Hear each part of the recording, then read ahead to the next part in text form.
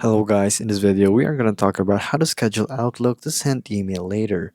So it's pretty simple. So to schedule a message for later in Outlook, it's pretty simple.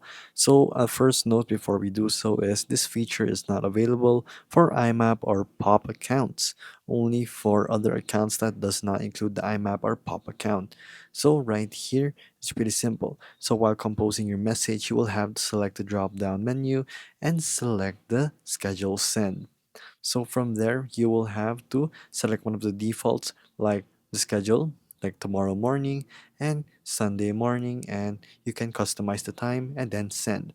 So after you select send, it will remain in the drafts folder until it is going to be delivered. So if you want to send immediately, you're just going to have to go to your drafts, basically, open the scheduled message, and then edit the pencil icon and press send now. And it's just that simple.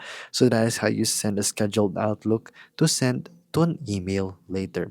If this video was helpful, please hit the like button and don't forget to subscribe.